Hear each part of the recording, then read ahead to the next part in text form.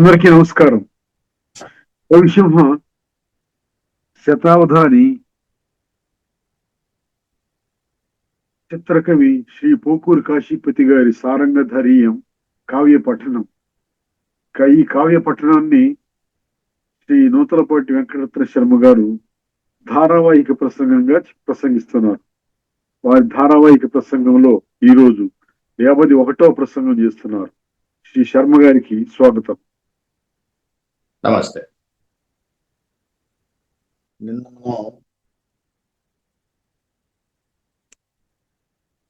ఒక పద్యం చదువుతూ దాన్ని కంప్లీట్ కాలేదు, ఇది నడుస్తూ ఉండగా ఆపేశం. ఇవాళ దాన్ని కొనసాగిస్తున్నాం. చారుధిషణ అబ్జ సౌందర్య నయన కువలయ మిత్ర మహిమవంత అరిది సద్గణేశ రాజ సారంగధర గురు దేవరావే నీవ కావ్యగావ. ఇది మూడర్థాల్లోనూ 3 కథలు, ప్రత్యేకించి శివుడి కథ, చంద్రుడి కథ, అలాగే సారంగధరుడి కథ, 3 కథలు నడుస్తున్నాయి. ఇందులో మళ్ళీ శివుడి కథలో శివుడి పరంగాను హిమవంతుడి పరంగాను ఉంది. అలాగే చంద్రుడి కథలో బృహస్పతి పరంగాను చంద్రుడి పరంగాను ఉంది.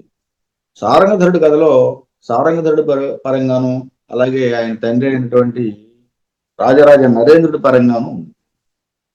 ఇలా ఒక పద్యంలోనే 3 కథలు వచ్చినాయి.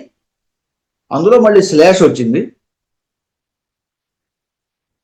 ఇలా చాలా చిన్న పద్యమే, ఆటవెల్ది పద్యం, చాలా విశేషంగా దీంట్లో ఉన్నది. ఒకసారి దాన్ని నిన్న మొదలు పెట్టాము, కొంత జరిగింది కానీ కంప్లీట్ కాలేదు. నిన్న శివపరంగా అయితే పూర్తి చేసాం, శివుడు హిమవంతుని పరంగా మళ్ళీ ఒకసారి చూద్దాం. చారుధిషణ అబ్జ సౌందర్య నయన కువలయ మిత్ర మహిమవంతారిద సద్గణేశ రాజ సారంగధర గురుదేవరావే నీవ కావ్యగావ. ఇక్కడ నీవ రావే కావ. ఇక్కడ చారుధిషణ అబ్జ సౌందర్య నయన కువలయ మిత్ర మిత్రమ 2 రకాలుగా, హిమవంత మహిమవంత 2 రకాలుగా, అరిద సద్గణేశ రాజ సారంగధర గురు గురుదేవ వరకు కూడా ఇలా పద విభజన చేసుకుంటే 2 అర్థాలు సరిగ్గా వస్తాయి. చారుధిషణ అన్నప్పుడు ఇక్కడ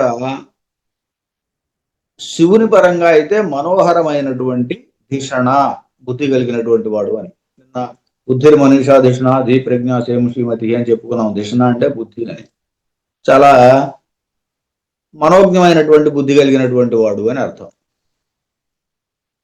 అదే హిమవంతుడి పరంగా అయితే చారు అంటే బృహస్పతి నామం, బృహస్పతి వంటి బుద్ధి కలిగిన వాడు అని చెప్పాలి హిమవంతుడి విషయంలో. అలా అంటే ఇక్కడ ఏంటంటే నాయక పార్వతి తన తండ్రిని తలుచుకున్నట్టుగానే ఆ వంకతోటి శివుని తలుచుకుంటోంది అని. పైకి హిమవంతుడిని తలుచుకున్నట్టుగా కనిపిస్తోంది కానీ లోపల శివుని తలుచుకున్నట్టుగా ఉంటుంది. అది దీంట్లో స్వారస్యం.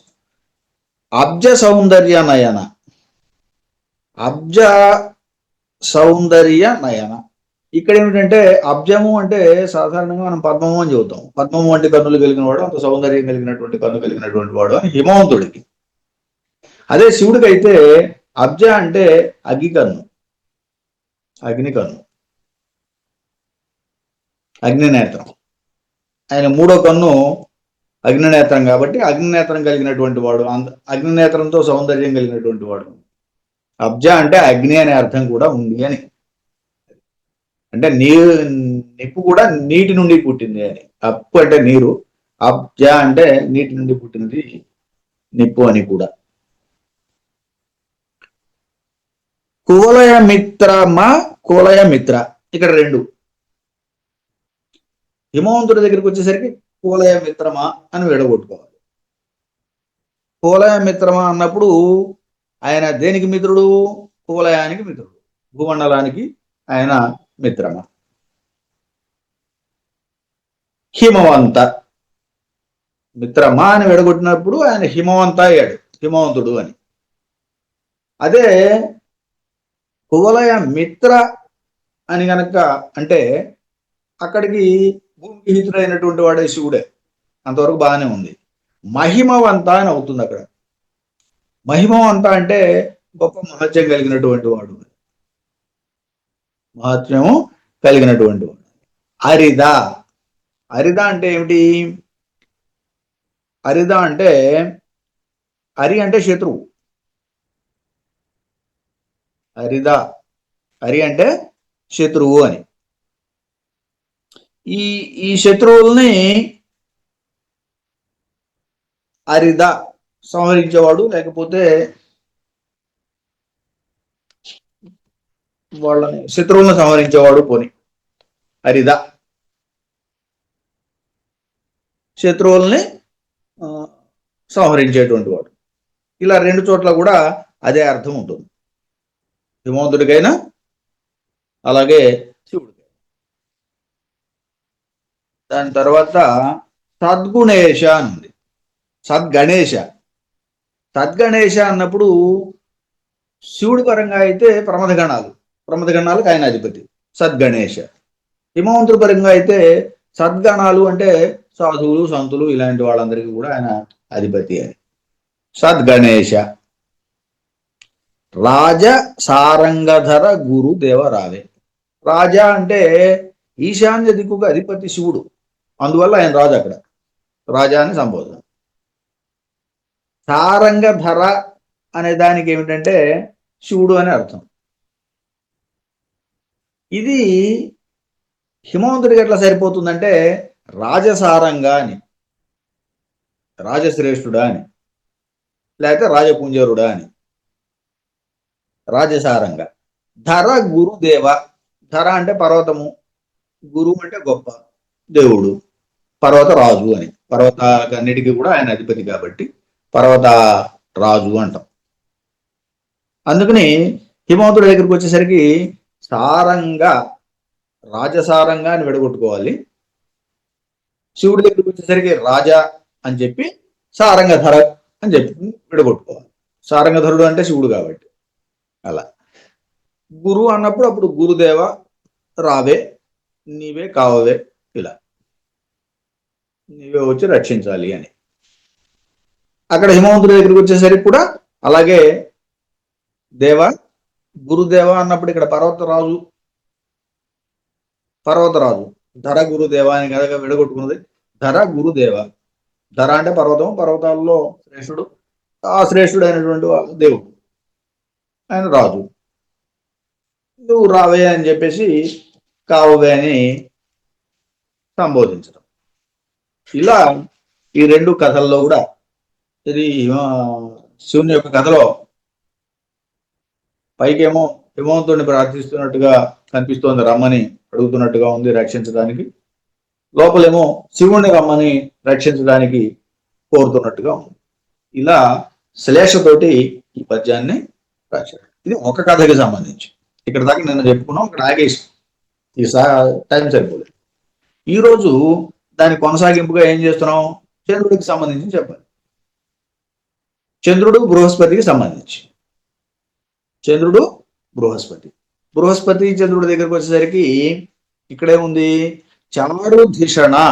ఇక్కడ కూడా చారు ధిషణ అంటే, చారు ధిషణ అనే రెండు పేర్లే. చారు అనేది ఒక నామం, ధిషణ అనేది ఒక నామం. ఈ రెండు కూడా బృహస్పతికి సంబంధించి.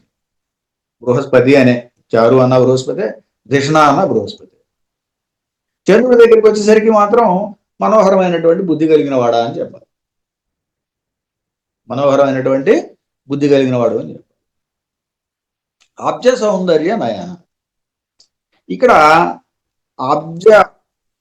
అబ్జము అంటే, అబ్జనయము అంటే, అబ్జము అంటే పద్మం వంటి కన్నులు, సౌందర్యం కలిగినటువంటి కన్నులు కలిగిన వాడు అని.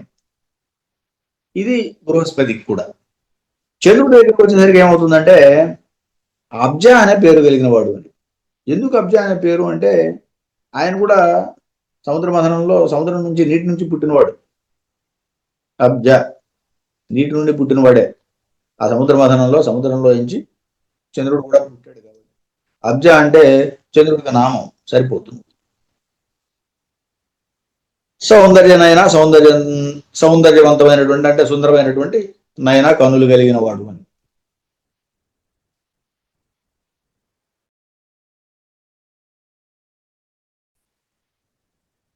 కువలయ మిత్ర, భూమికి హితుడు అని, స్నేహితుడు, మిత్రుడు అని. కువలయ మిత్ర. ఇది చంద్రుడి దగ్గరికి వచ్చేసరికి ఈ భూమికి మిత్రుడు అనేది బృహస్పతికి సంబంధించింది. చంద్రుడికి సంబంధించి ఏమవుతుందంటే అక్కడ కువలయ మిత్ర అంటే కలువలకు మిత్రుడు అని. చంద్రుడు రాగానే కలువలు వికసిస్తాయి అంటారు కాబట్టి కలువలకు మిత్రుడు చంద్రుడు. కువలయ మిత్ర ఇది చంద్రుడికి సంబంధించినటువంటి సంబోధన. మహిమవంత, ఇక్కడ అక్కడ కూడా మహిమ కలిగిన వాడే, ఇక్కడ కూడా మహిమ కలిగినటువంటి వాడే, ఇద్దరు కూడా అది సమానార్థకంగానే ఉంది మహిమవంత అనేది. దాని తర్వాత అరిద, ఇది శత్రుచ్ఛేదకుడు. ఎవరు? బృహస్పతి. అరి శత్రువు, అరిద శత్రువులను ఛేదించేటువంటి వాడు బృహస్పతి అనే అర్థంలో. యువతలో ఇంకొక అర్థం ఏమున్నది అరిద అనే దానికంటే, చంద్రుడి విషయంలో చక్రవాకి పక్షుల్ని విడగొడుతుంది అని. చక్రవాకి పక్షుల్ని ఎడము చేయువాడు అని అర్థం అరిద అంటే. చంద్రుడి విషయంలో ఈ అర్థాన్ని చెప్పాలి. అలాగే సద్గణేశ అన్నప్పుడు ఆయన పండితులకు, సాధు ఇలాంటి వాళ్ళందరికీ కూడా ఆయన ఈశ ప్రభువు. ఎవరు?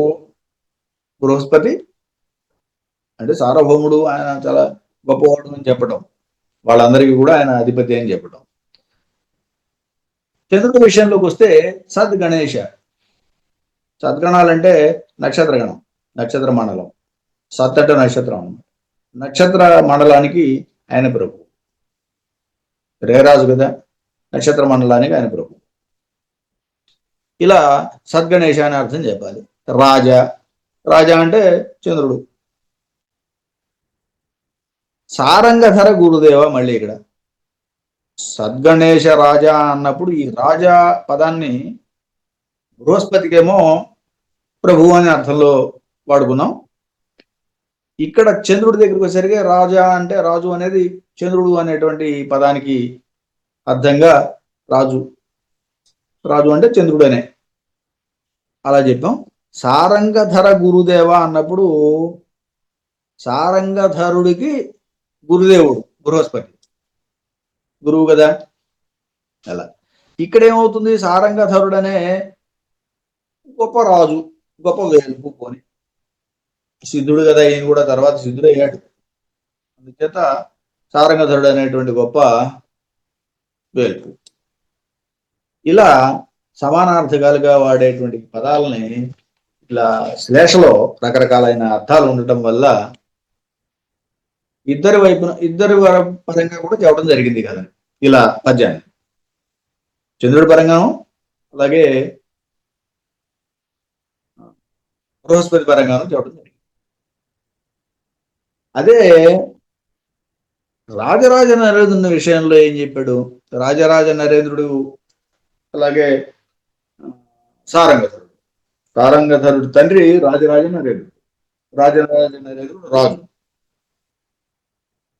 ఇక్కడ ఏం చెప్పాడు? చారు ధిషణ అన్నాడు, మనోజ్ఞమైనటువంటి బుద్ధి కలిగిన వాడా అని. మనోజ్ఞమైనటువంటి బుద్ధి కలిగిన వాడు రాజుగారు. ఎవరైనా రాజరాజ నరేంద్రుడు. సారంగధరుడి దగ్గరికి వచ్చేసరికి ఏం చెప్పాడు?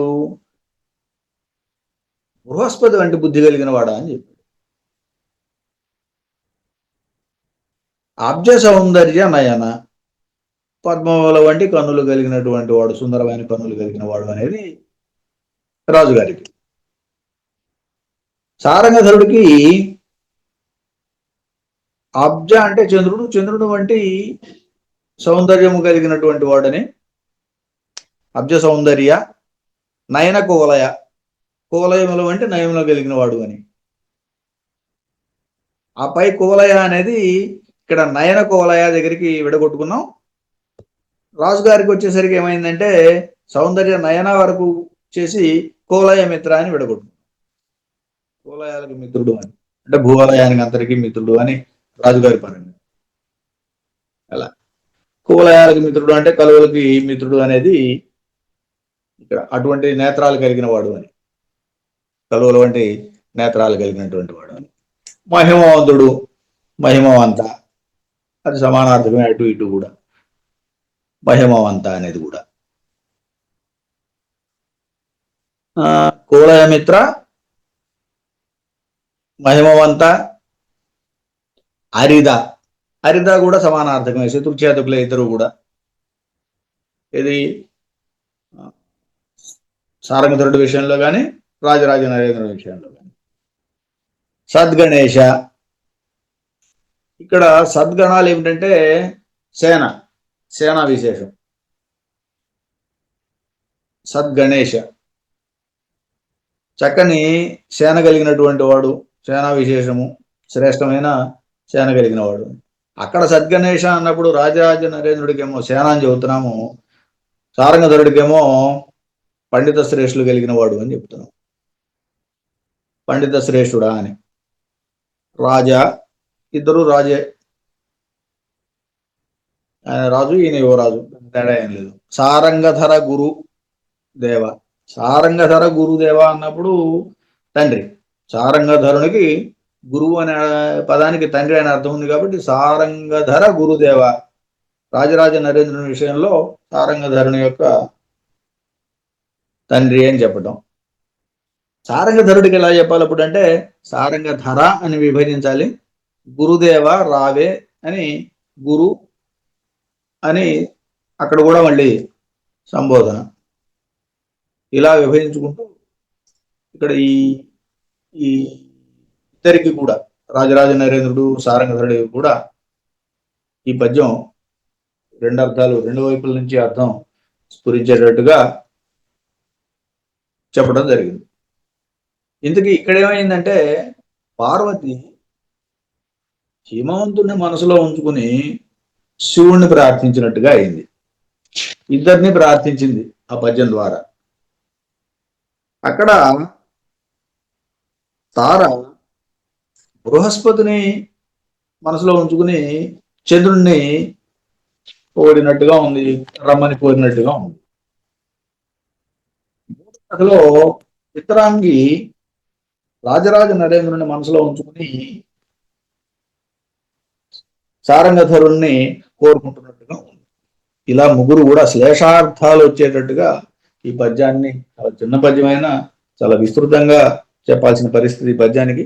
అప్పటికి కానీ దీంట్లో ఉన్న వైశిష్ట్యం మనకు అర్థం కాదు. ఇప్పుడు తర్వాత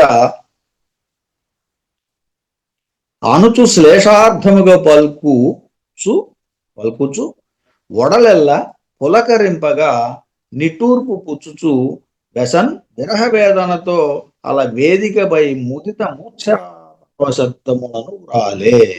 ఇక్కడికి వచ్చేసరికి ఇక నాయక అనేసాడు. ముగ్గురు నాయకుల పరిస్థితి ఒకే రకంగా ఉన్నట్టుగా మనం ఊహించుకోవాలి. మూడు భాగాలుగా, ఇందులో కూడా చాలా వరకు ముందే అనుకున్నాం, ఒకే అర్థంతో వెళ్ళింది. సందర్భాన్ని బట్టి కలిపాడు వాళ్ళ ముగ్గురు యొక్క సమస్యని. మూడు విడివిడిగా లేకుండా ముగ్గురు గ్రహంలోనే ఉన్నారనే దానికోసం ఇక్కడ ఈ మాట చెప్పాడిన. శ్లేషార్థముగా వలుకుచు ఒడలెల్ల పులకరింపగా నిట్టూర్పు బుచ్చుచు విరహ వేదనతో నల వేదికపై ముదిత మూర్ఛ పరవశత్వమును రాలే. అప్పుడు అక్కడ మూర్ఛతో ఆ వేదిక మీద పడిపోయింది అని చెప్తున్నాడు. పరవశత్వమునను రాలెన్, విరహ వేదనతో వేదిక మీద ముదిత. ఎవరి ముదిత అంటే నాయక, మూడు కథల్లోనూ నాయక అంతే. వ్రాలిన కొమ్మలెల్లరూ ఇలా పడిపోతే, మూర్ఛ వచ్చి పడిపోయినప్పుడు కొమ్మలెల్లరు బిరాన కురంగటకేగి భీతిమై కేలును బట్టి నాడి పరికింపుచు ఒక్కిలి నంది చూచుచున్ జాలుగా ఊర్పులంగనుచు జవ్వనియ ఊటను భర్తగా అంచమిన్ బాలిక కిట్లగల్గే మదన జ్వరమంచు తలంచిరెంతయున్. వ్రాలినన్ ఆ రకంగా పడిపోతే కొమ్మలెల్లరూ ఆ చెలికత్తలందరూ కూడా ఏమన్నారంటే బిరానా వేగంగా కురంగటకేగి దగ్గరకు వెళ్ళారు. అరే ఇట్లా పడిపోయింది ఒక్కసారిగా సమరంతో ఆ దగ్గరికి వెళ్ళారు. వెళ్ళి ఏం చేశారు, భీతిమై భయపడ్డారు. ముందు ఎందుకు పడిపోయిందో తెలియదు కదా, దాంతో భయపడ్డారు. భయపడి ఏం చేశారు, కేలును బట్టి నాడి పరిగింపుచు చేయిని తీసుకున్నారు, చేతిని పట్టుకున్నారు, వైద్యం వచ్చినట్టుగా చక్కగా నాడిని బట్టి చూశారు. ఒక్కిలిని అంది చూచుచున్ బొడ్డు దగ్గర కూడా అట్లా లాగి చూశారు. జాలుగను ఊర్పులంగనుచు, ఊర్పులు నిట్టూర్పులు, కనుచున్ అంటే ఊపిరి ఆడటాన్ని గమనించారన్నమాట. జవ్వనియోటను భర్తగాంచమిన్ బాలిక కిట్లు కలిగే మదన జ్వరమంచు తలంచిరెంతయున్. వాళ్ళు ఏమనుకున్నారంటే ఓ ఇది మామూలు ఇది కాదు, మదన జ్వరము అనుకున్నారు.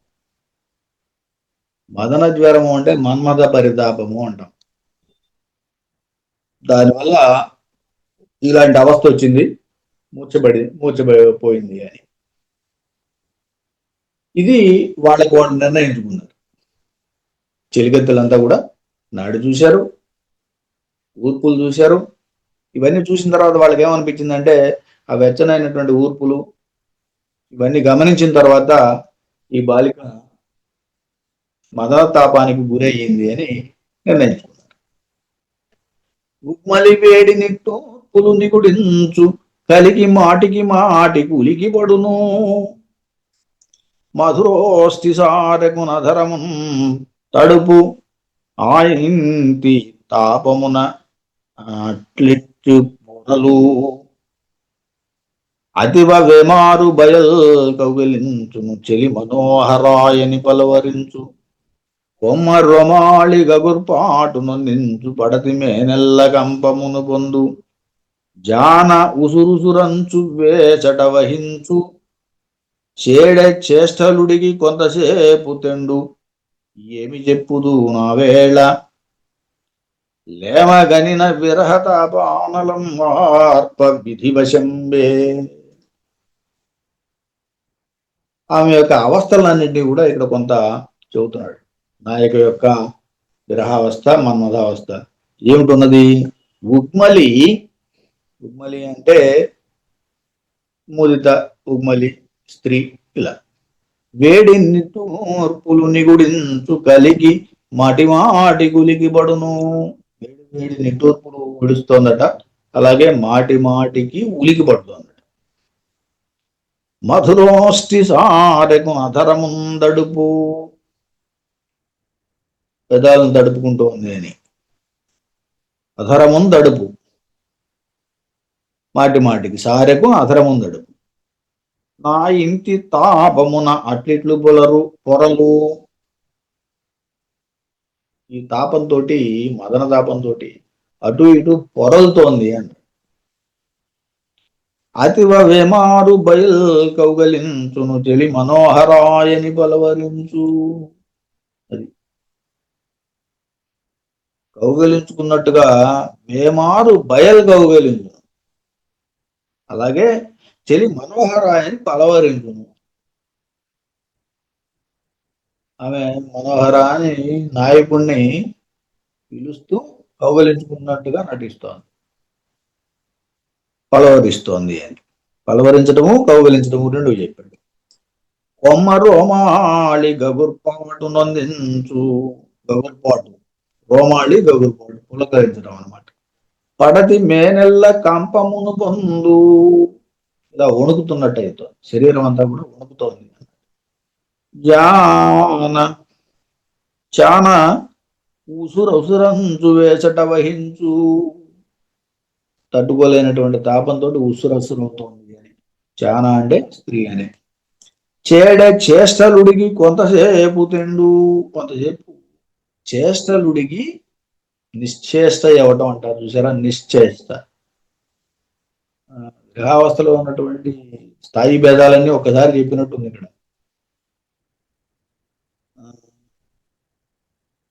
కొంతసేపు తెండు పరుండింది అని. ఏమి చెప్పుదును ఆ వేళలేమగనిన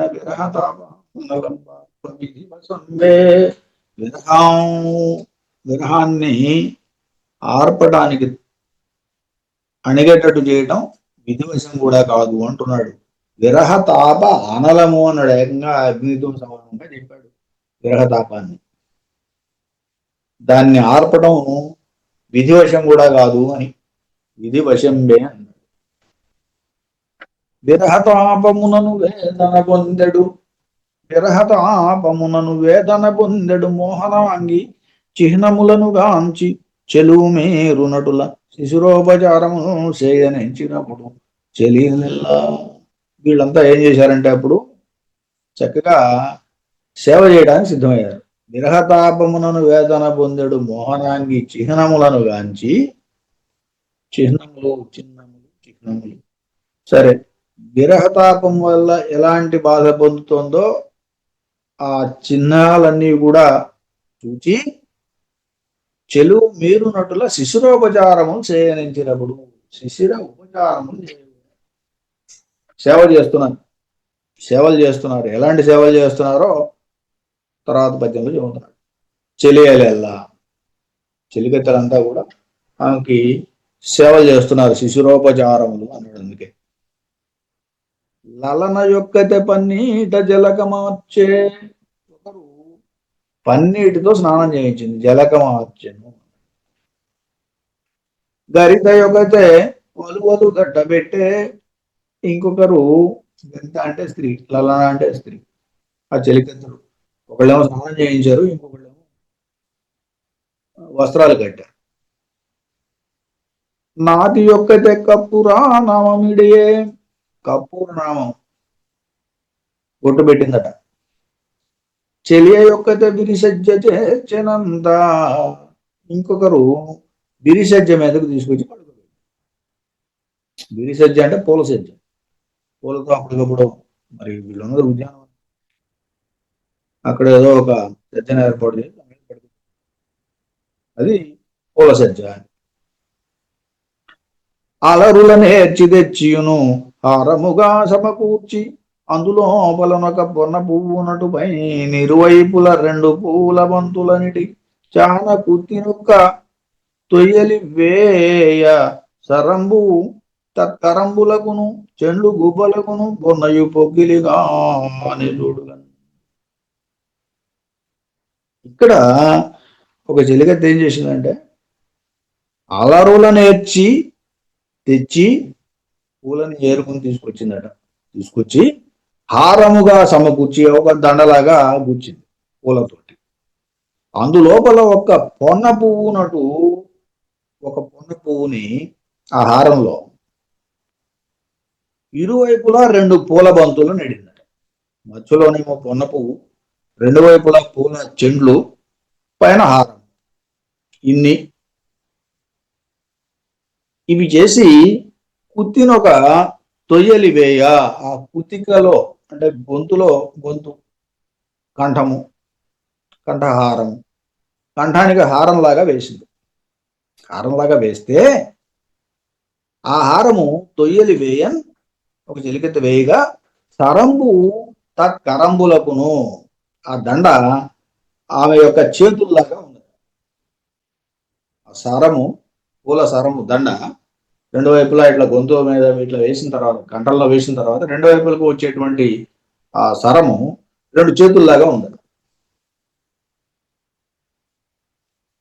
సరము తత్కరంబులకును చెండ్లు గుబ్బలకును, అందులో ఉండేటువంటి పూల గుత్తులు, చెండ్లు ఏవైతే ఉన్నాయో అవి ఆమె యొక్క స్తనాల్లాగా ఉన్నాయి.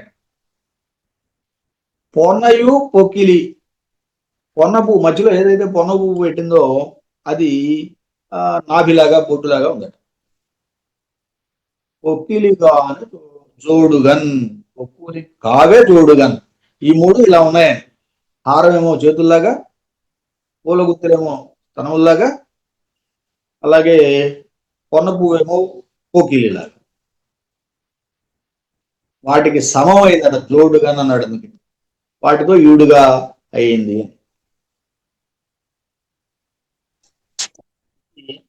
ఇవాళ మిగతాది రేపు చూద్దాం. స్వస్తి. కవిసింహ శ్రీ పోకూరి కాశీపతి గారి సారంగధర్యం కావ్య పఠనం గావించిన శ్రీ నూతలపాటి వెంకటరత్న శర్మ గారికి ధన్యవాదాలు.